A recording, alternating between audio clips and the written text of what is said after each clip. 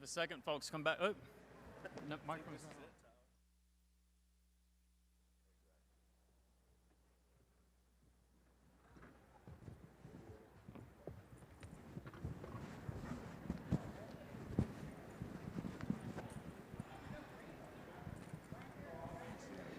Thank you, everybody. Sounds like the microphone is on. Thanks for those of you sticking it out. You know, I think Mark and the folks have done such a great job with this conference.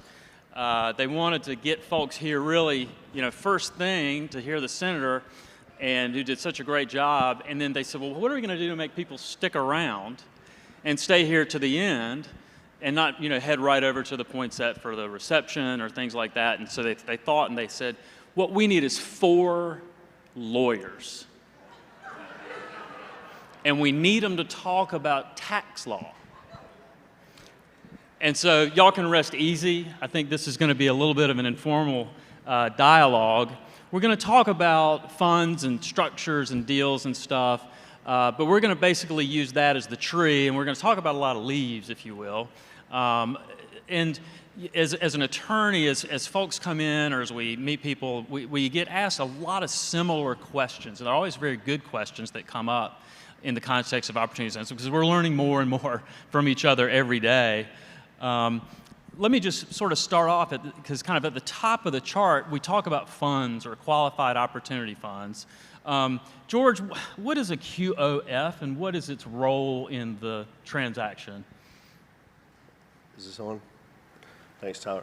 So a QOF is a qualified opportunity fund, which is the, what do you call it? It's the catalyst for the opportunity zone investment.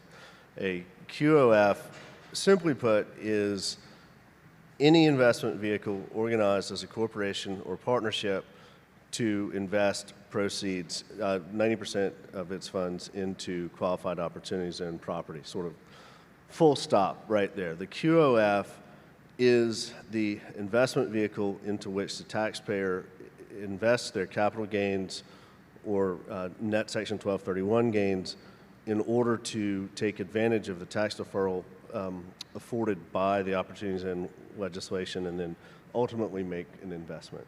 George, are these qualified opportunity funds all like large institutional funds that you go out and you get a prospectus and invest in? Is that sort of how it works? It runs the gamut. We have seen, so I'm in Charleston, and I'm with a firm called Burr, Forman, McNair. We were McNair prior to January 1st when we went in with Burr and Forman out of Birmingham, Alabama, which is a larger southeastern law firm. So I'm in Charleston. Most of the projects, if not all of the projects that I have seen, have been single asset commercial real estate investments. So those are clients come to us, they've had a capital gain realization event, they want to take advantage of the opportunity zone benefit. We set up for them a fund, which is typically an LLC that just has a few members in it, and then it goes out and makes an investment. So that's an opportunity fund. On the flip side, there are institutional funds that are looking to gain or garner about $300, $400, $500 million worth of investment from a wide, diverse pool and invest that money into a wide, diverse array of qualifying assets. So it's all over the map. Novogradac, which is an accounting firm that is heavily in the opportunity zone and tax credit space, maintains a list of sort of a working list of opportunity funds on its website.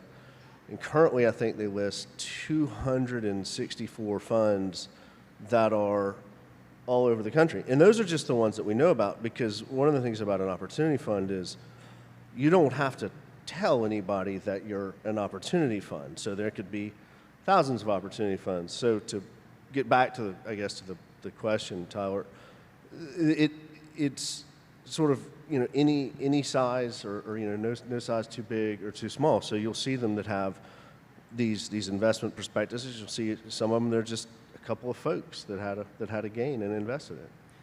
Brad, if you'll introduce yourself, and then maybe Brad, tell us a little bit about if I'm a project and I'm out there in the landscape and I'm looking for a fund, how do we wed those two together? So thanks for the hello. It's a little bit weird looking at yourself in the screen, so there's a big secret. You can come on the stage and see yourself. Anyway, Brad Molotsky, Duane Morris, transactional real estate person, not a tax lawyer, but a lawyer. Worked for a publicly traded firm that raised money and built office buildings throughout the East Coast and kind of Midwest and in California for about 20 years as their general counsel. And I've been at Duane for 3 years and doing public-private type partnerships as well as an offshoot of that, acquisition, development, and finance, which led to opportunity zones. And so we've been pretty immersed in opportunity zones since the legislation passed at the end of 2017. We've worked on and closed about 25 deals, and we're working on another 26 now.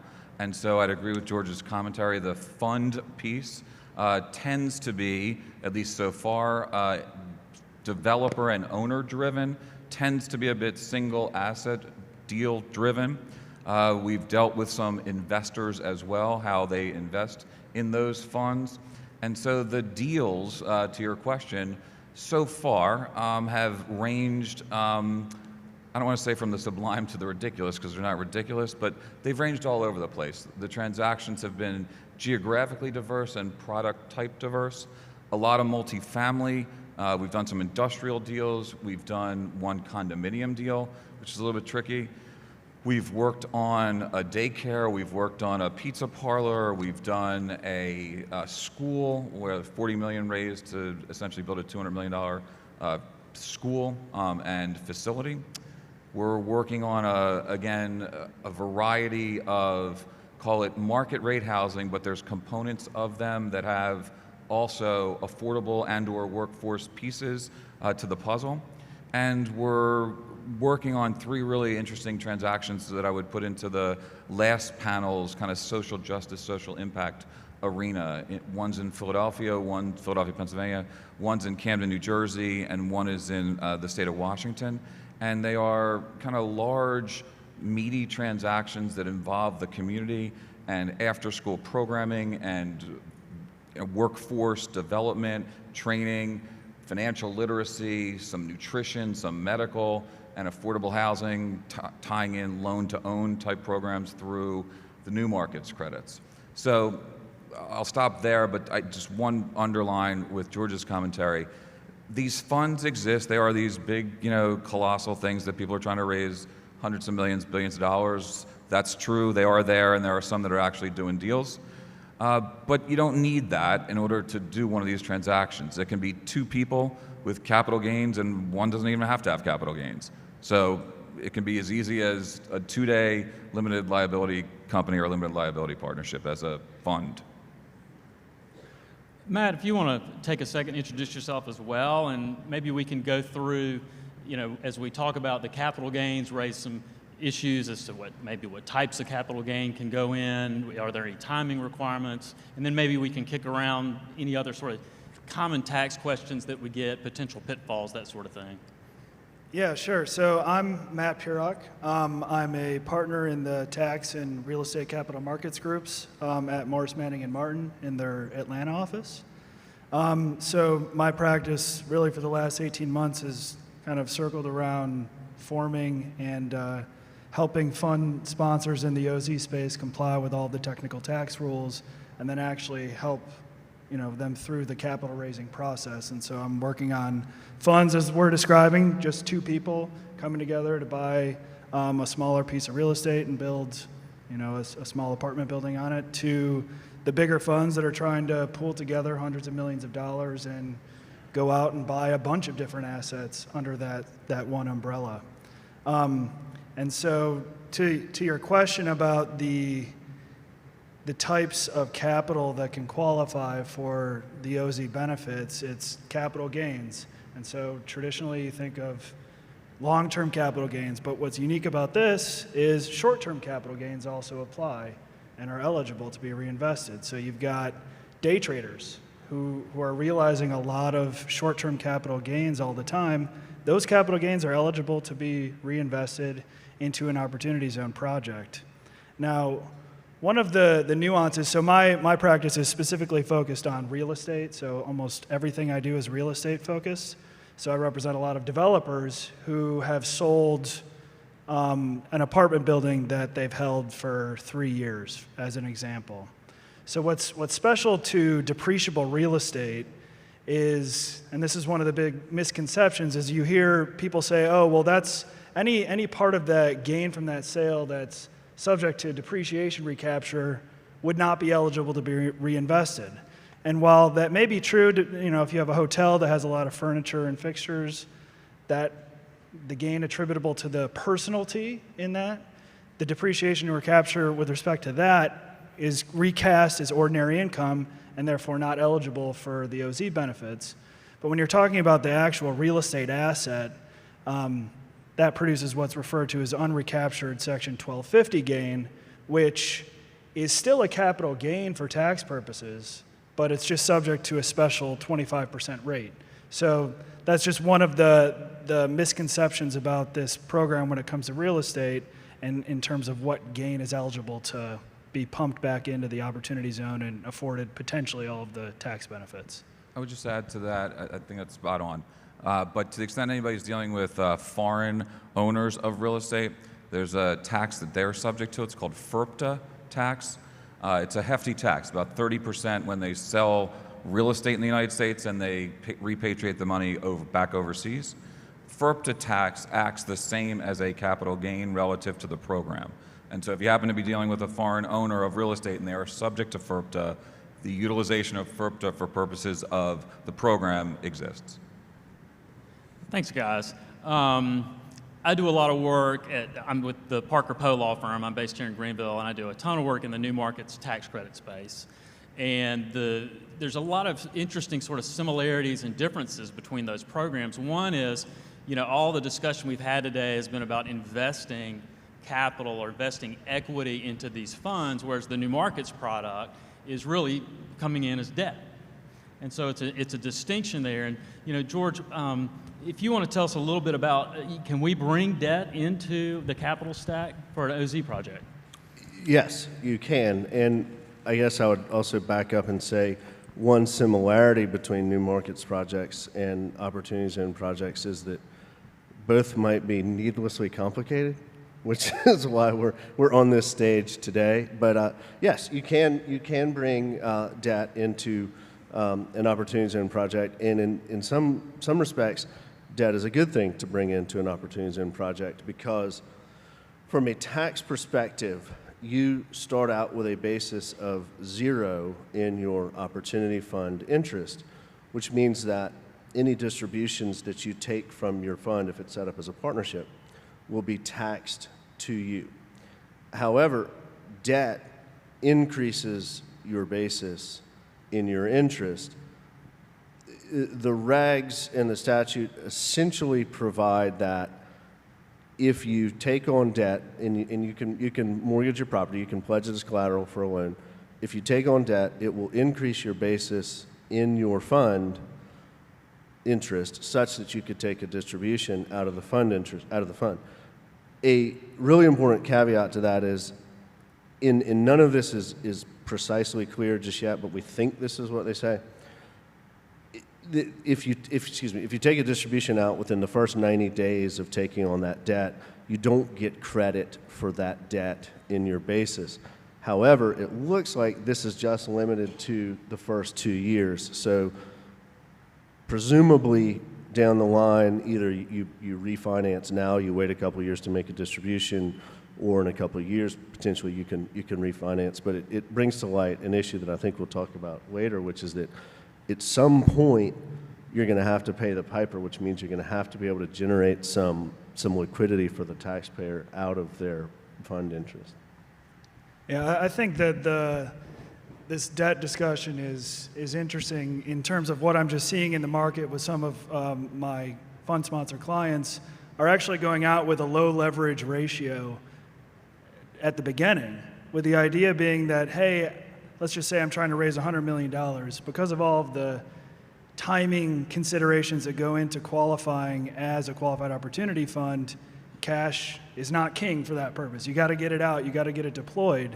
So one of the strategies is, hey, if I'm successful in my capital raise, I'll go out and buy a bunch of assets without having to use much leverage, with the idea being that after I hit that 2-year rule of thumb for the tax regulations purposes, that I'll just lever the property up, and that'll give me some cash to make distributions out to my partners, because assuming it's non-recourse debt, now all of a sudden they have some basis to absorb that on a tax-free basis. Matt, if I'm investing or bringing debt into the capital stack, what if I just like a project and I don't have any capital gain, don't worry about 180 days, but I just want to be a part of the project? Can I come along for the ride? Yeah, there's nothing. I think that's also one of the big misconceptions here, is that a qualified opportunity fund cannot have investors that are not investing capital gain dollars. That's not true.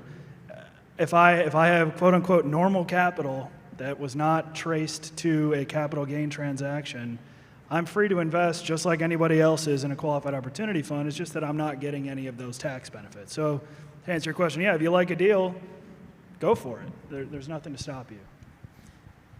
Yeah, I would just echo that. At all these conferences that we go and we speak at, a bunch of people calling in and having conversations, that is a large misperception, which is it depends on how you're listening to the question, and if you're like me, whether you're paying attention to your phone or not, when the person answers the question. The answer, as Matt just gave, is spot on, which is you do not need to have capital gains to invest in one of these deals, period. If you do invest in one of these deals without capital gains, you get none of the benefits. So we circle back 5 hours ago or so, there's no deferral, there's no reduction, and there's no elimination. But you're still involved in the transaction if you so desire. It's only through the capital gain investment piece, through a fund, that you're eligible for deferral, reduction, and then elimination after 10 years. And I might add to that, and I think we'll talk about this a little more in a minute. If you wouldn't invest your money in the project unless you got that tax benefit, then you might need to look a little harder at the viability of the project before investing your money. Yeah, put a different way, that's you'll hear a lot of commentators sort of talk about the program does not make a bad deal good. It makes a good deal very good. Okay, so it's got to be an economically viable transaction. It needs to pencil or provide a benefit to the community such that the investors want to move forward with that transaction. If it doesn't, then there's really no reason to do it in order to just get the tax benefit. It needs to make sense from a different perspective. And Brad, a perspective that has brought me around to is if any of y'all and I happen to be having coffee or getting together and we're going to talk about, opportunity zones. You got a project, you're looking to invest in this and that. Might talk a little bit about the OZ stuff, but I try to quickly get to just saying, look, let's put the whole opportunity zone discussion to the side for a little while.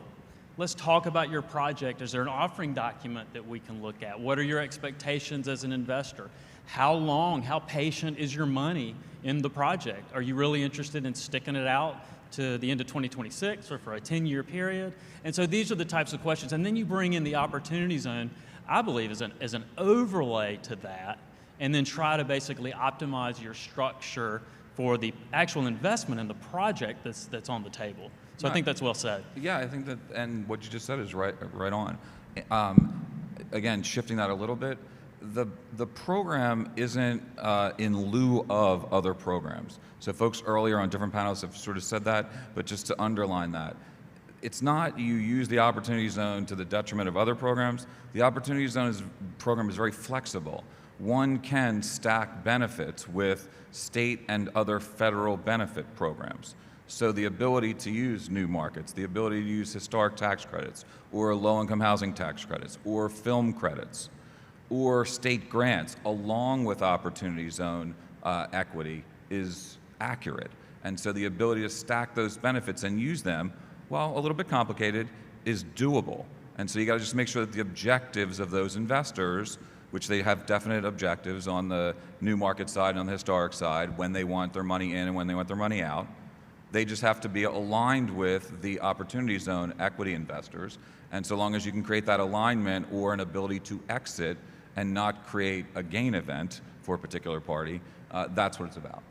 You know, guys, a structural question as we talked about the Qualified Opportunity Fund, a lot of conversation today about the capital gains, investing in the fund and the benefits that can be obtained.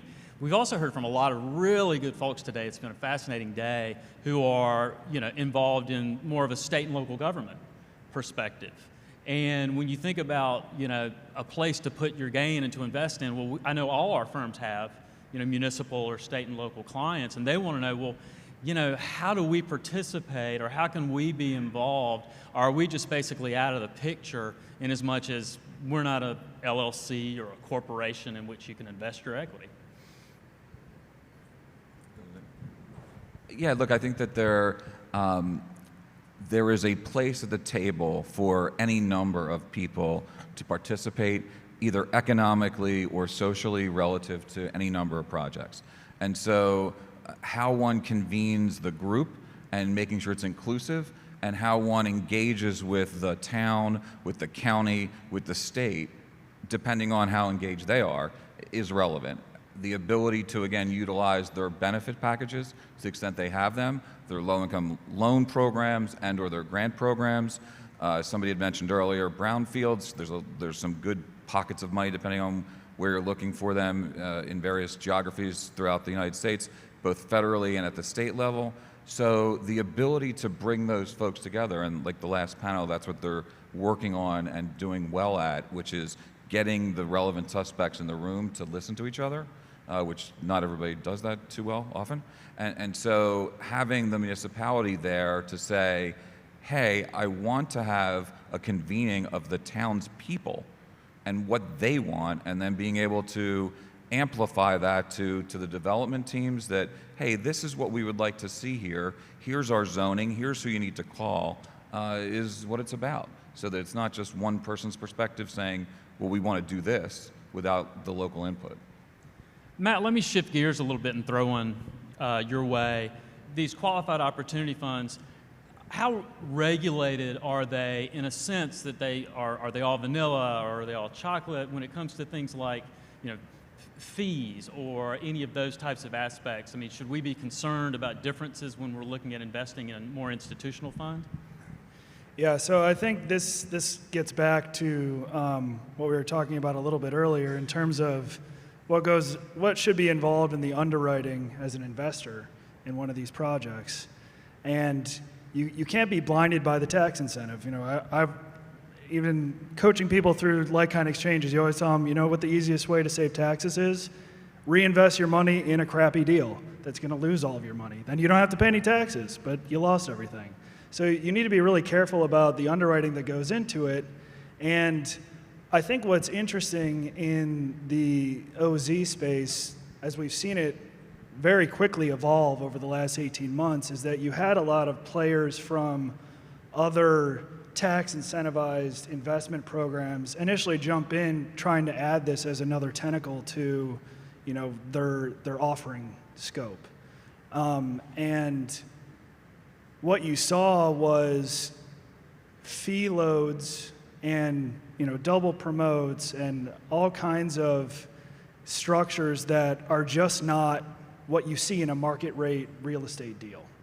And I think that the original rationale was, well, look, people are so excited about deferring taxes, they're just going to give me my money and they're not going to really read any of this stuff.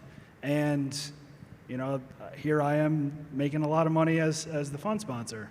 And, you know, not to say that certain fees and certain promote structures are not justified in a specific project.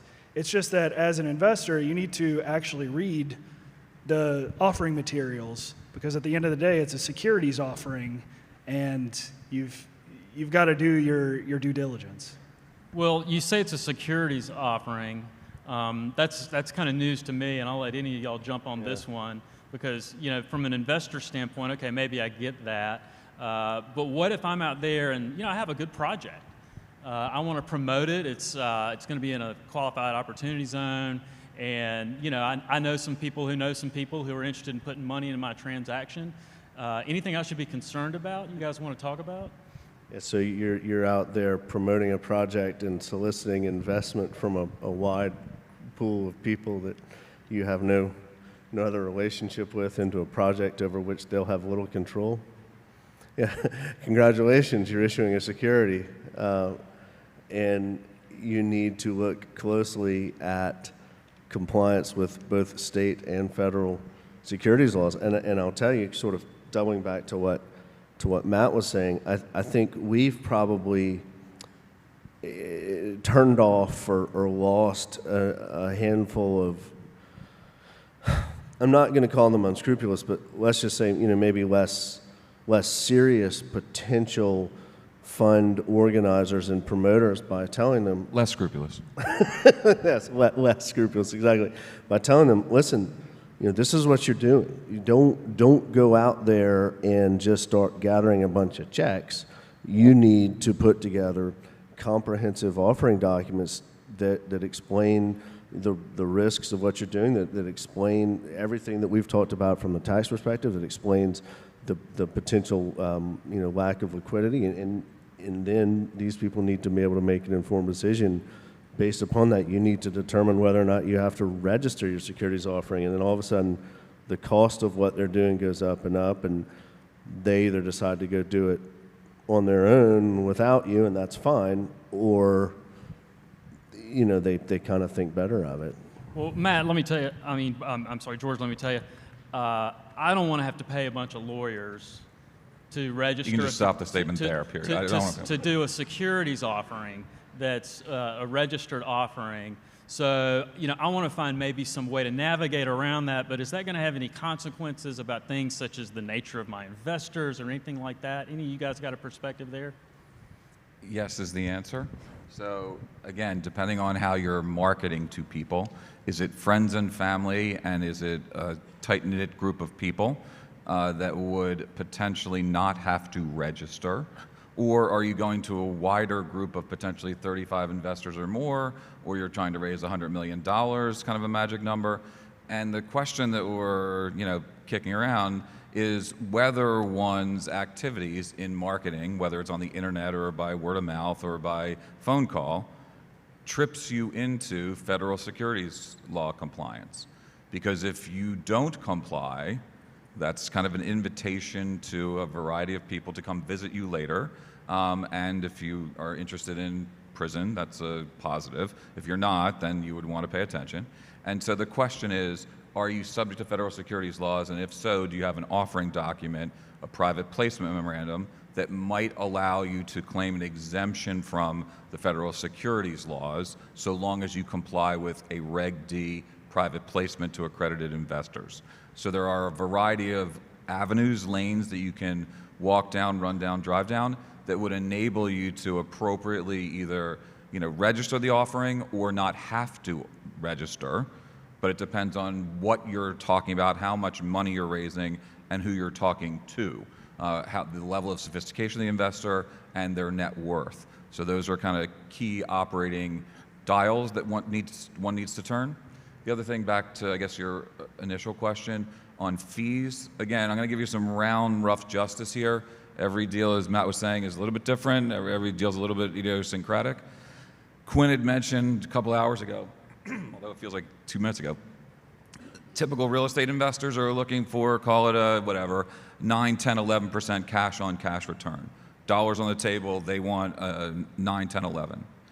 In these deals, we've seen so far, whether it's because the people are not real estate investors or whether they're real estate investors and they understand the opportunity zone, doesn't really matter. Those investors have been taking a 6, a 7, or a low 8. Now, that doesn't sound like much. 6, 7, 8 versus 8, 9, 10. On $1 million, that's 200 basis points. It's not that much money.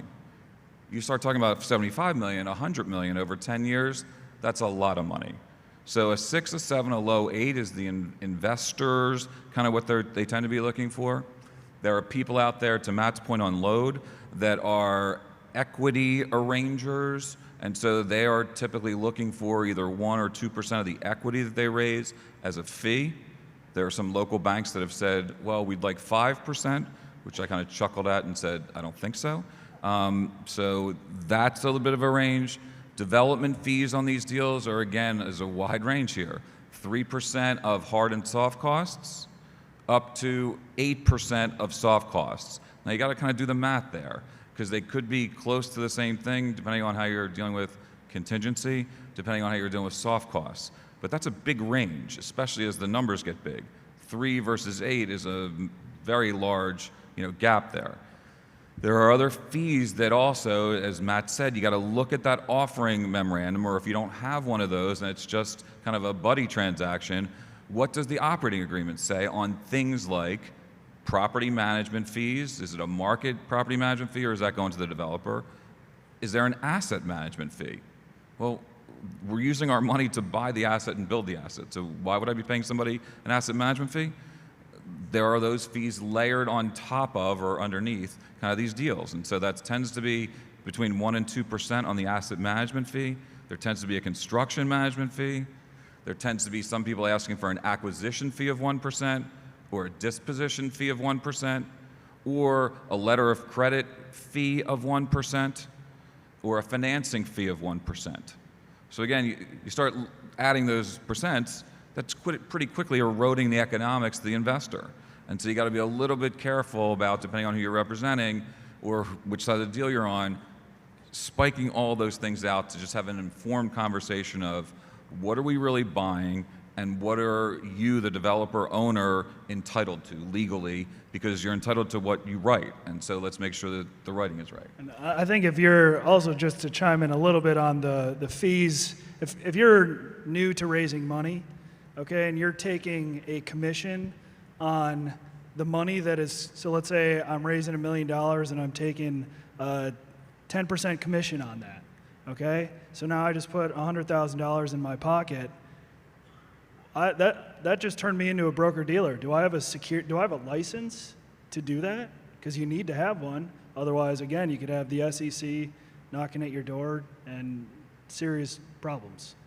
So Brad has an economic takeaway, and Matt is scaring us a little bit if we're out there getting commissions on doing deals, but it's certainly is wise advice. George, I might let you wrap things up. Are there any takeaways or things that people might want to be thinking about or planning for if they're looking at an investment? Well, we alluded to it earlier, which is don't let the tax tail wag the deal dog. It needs to make sense regardless of the tax benefit. And then after that, this is complex stuff.